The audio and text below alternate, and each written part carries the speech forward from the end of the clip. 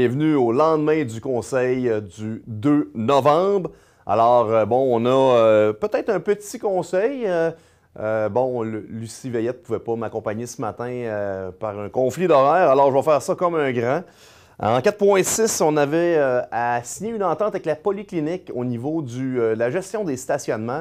Alors, c'est les employés de la ville qui, en même temps de faire la tournée dans les villes pour s'assurer des cases de stationnement, tout ça, qui vont gérer le stationnement et les contraventions pour la polyclinique. En 4.7 et 4.8, on parle de déneigement au niveau de la rue qu'il y a en arrière de l'Hôtel des Esquerres et de la résidence royale. On parle du stationnement qu'il y a près de Chaussures-Pop et de la station 55. Alors, ils vont se partager les deux, les portions de déneigement. Vous savez, depuis qu'on a le nouveau centre-ville, on met beaucoup d'énergie de nuit pour bien déneiger le centre-ville, pour pas qu'il y ait d'accumulation de neige.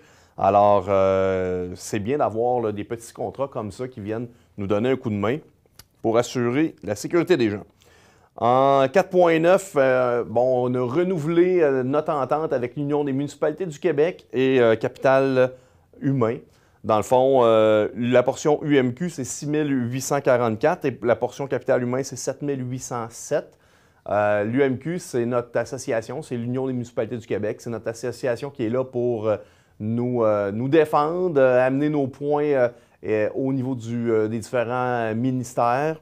Et moi, je siège sur quelques tables, entre autres sur la table des aéroports, mais aussi sur le caucus des cités régionales. C'est un bon moment pour pouvoir faire du maillage avec des maires qui vivent les mêmes réalités que nous. Et pour ce qui est de Capital Humain, c'est souvent du service au niveau des formations, greffe et avocats, des choses comme ça. Alors, c'est bien important pour nous de faire partie de l'Union des municipalités du Québec. En 4.11, on a, vous savez, construit une belle patinoire de deck hockey. C'est la population qui nous l'avait demandé. Eux avaient le souhait de pouvoir participer à faire une ligue de hockey d'été.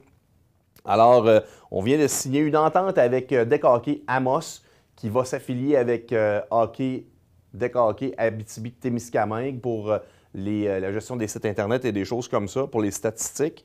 Dans le fond, nous, on va garder la patinoire le jour jusqu'à 5 heures. Et de 5 heures, à partir de 5 heures, ça va devenir la responsabilité de l'association Deck Hockey Amos. La fin de semaine, ça va être pour l'ensemble des citoyens. Ça va être encore la ville qui va la gérer. En 4.12, on a signé une entente avec la Fournée Maison qui ouvre son deuxième point de vente à Amos, que ce sera au complexe sportif.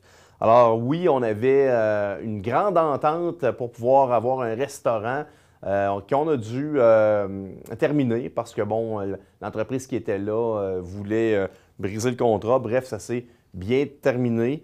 Maintenant, il fallait qu'on trouve quelqu'un pour les remplacer. Je suis très fier d'annoncer que la Fournée Maison sera notre nouveau gestionnaire du restaurant et du bar. Ils sont proches de l'hôtel de ville, font des mets préparés de grande qualité.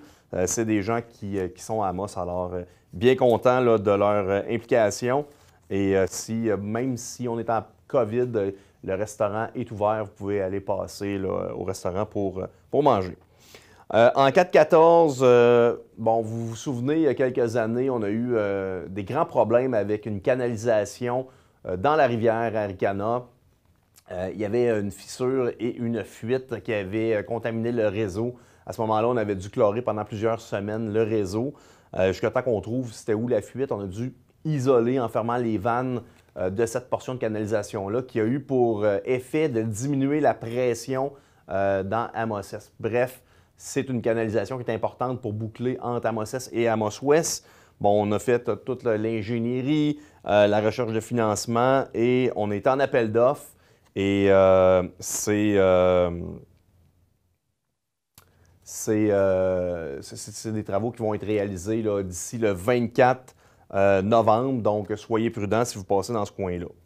Maintenant, on a aussi le traitement des eaux usées. Le revêtement du bâtiment doit être changé. En fait, on était en appel d'offres sur invitation. Il y a 4 entreprises qui ont été en fait, approcher. Et c'est SAMN Blanchette qui va faire les travaux là, pour un montant d'environ 22 000 Maintenant, je parle du programme de soutien au sport. Ça, c'est important là, pour nos organismes. Là. On a donné cette année 5 750. C'est 1 000 qui va à Aquamos, 1 000 pour les Comètes, 1 000 pour le club de curling, 500 pour le patinage artistique et 2 250 pour les forestiers. Je voudrais aussi féliciter Ghislain Roy qui, au niveau du Conseil du patrimoine religieux du Québec, a été élu ou a eu la mention de bénévole de l'année pour l'ensemble de l'œuvre de recherche de financement pour réfection de la cathédrale et pour assurer là, un bas de laine pour pouvoir faire les réparations futures. Alors, c'est une belle reconnaissance nationale. Merci beaucoup, M. Roy, de votre implication et de votre fougue, parce que vous savez, c'est difficile dans le contexte actuel d'aller chercher de l'argent. C'est un projet majeur, c'est important pour le patrimoine, c'est important pour la ville d'Amos et pour la MRC d'Abitibi. Alors, merci de votre temps et on espère là, que le gouvernement, dans les prochaines années, va nous permettre de boucler le financement puis d'accélérer les fameux travaux. Sur ce, bien, ça fait le tour du conseil d'hier. Merci beaucoup. J'espère que vous allez passer là, une belle semaine.